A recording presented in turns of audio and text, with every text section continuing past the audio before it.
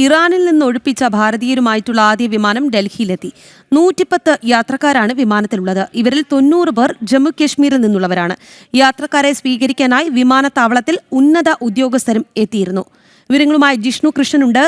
ജിഷ്ണു, ഭാരതത്തിന്റെ പതാകയുമേന്തിയാണ് വിദ്യാർത്ഥികൾ എത്തിയത്. ഒപ്പം കേന്ദ്ര സർക്കാരിന് അവരുടെ രക്ഷകർത്താക്കൾ നന്ദിയും അറിയിച്ചിരുന്നു. കൂടുതൽ വിവരങ്ങൾ.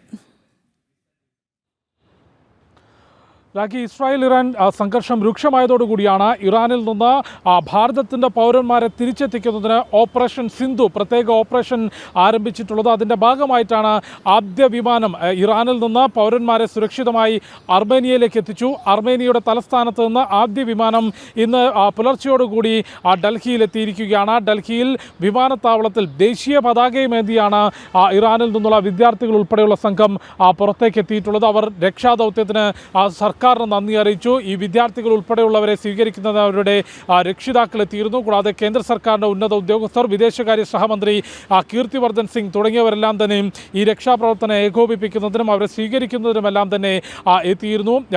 കീർത്തിവർദ്ധൻ സിംഗ് വിദേശകാര്യ സഹമന്ത്രി വ്യക്തമാക്കിയിട്ടുള്ളത് നിലവിൽ ഇറാനിൽ നിന്നുള്ള അർമേനിയയിൽ നിന്നുള്ള ആദ്യ വിമാനമാണ് എത്തിയിട്ടുള്ളത്. ഇറാനിൽ നിന്ന് 2 രാജ്യങ്ങളിലേക്ക് പൗരന്മാരെ സുരക്ഷിതമായി മാറ്റുകയാണ്. അതായത് അർമേനിയയിലേക്കും തുർക്ക്മെനിസ്ഥാനിലേക്കും 2 രാജ്യങ്ങളിലേക്കും പൗരന്മാരെ സുരക്ഷിതമായി മാറ്റും. അവിടെ നിന്ന് വിമാനമാർഗത്തിൽ ഡൽഹിയിലേക്ക് എത്തിക്കും.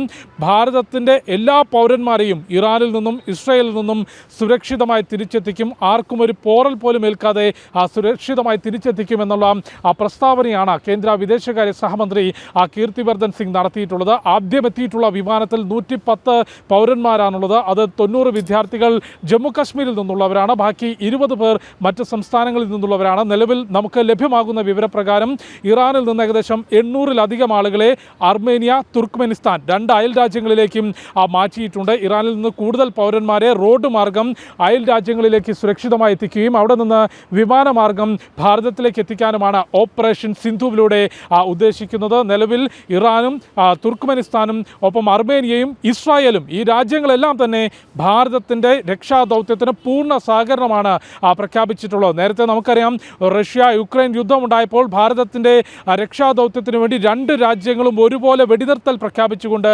ഭാരതത്തിന് സഹകരണം പ്രഖ്യാപിക്കുന്നത് നമ്മൾ കണ്ടിട്ടുള്ളതാണ്. അതിന് സമാനമായി ഇറാനിൽ നിന്നുള്ള രക്ഷാദൗത്യത്തിനും ഇറാൻ്റെയും അർമേനിയയുടെയും തുർക്ക്മെനിസ്ഥാൻ്റെയും ഇസ്രായേലിൻ്റെയും പൂർണ്ണ സഹകരണം ഭാരതത്തിന് ലഭ്യമായിട്ടുണ്ട്. നിലവിൽ ഇസ്രായേലിൽ നിന്ന് ഭാരതത്തിൻ്റെ പൗരന്മാരെ ഒഴിപ്പിക്കേണ്ട സാഹചര്യമില്ല എന്നുള്ളതാണ് ഒരു വിലയിരുത്തൽ. പക്ഷേ സ്ഥിതി വഷളാവുകയാണെങ്കിൽ ഇസ്രായേലിൽ നിന്ന് ഏകദേശം 2500-ലധികം പൗരന്മാരെ ഒഴിപ്പിക്കേണ്ടി വരും എന്നുള്ളതാണ് കണക്ക് കൂട്ടുന്നത്. ഇസ്രായേലിൽ നിന്ന് മടങ്ങാൻ ആഗ്രഹിക്കുന്ന മുഴുവൻ ഇന്ത്യൻ പൗരന്മാരെയും അതിവേഗത്തിൽ എംബസിയോട് രജിസ്റ്റർ ചെയ്യാൻ ആവശ്യപ്പെട്ടിട്ടുണ്ട്. ഇറാനിലെയും ഇസ്രായേലിലെയും ഇന്ത്യൻ എംബസികൾ പ്രത്യേകം ഹെൽപ്പ് ലൈൻ ആരംഭിച്ചിട്ടുണ്ട്. ഇറാനിൽ നിന്നുള്ള ഭാരതീയരുമായിട്ടുള്ള ആദ്യ വിമാനം ഇന്ന് രാവിലെ ഡൽഹിയിലെത്തിയിരുന്നു. 110 യാത്രക്കാരാണ് വിമാനത്തിൽ ഉണ്ടായിരുന്നത്.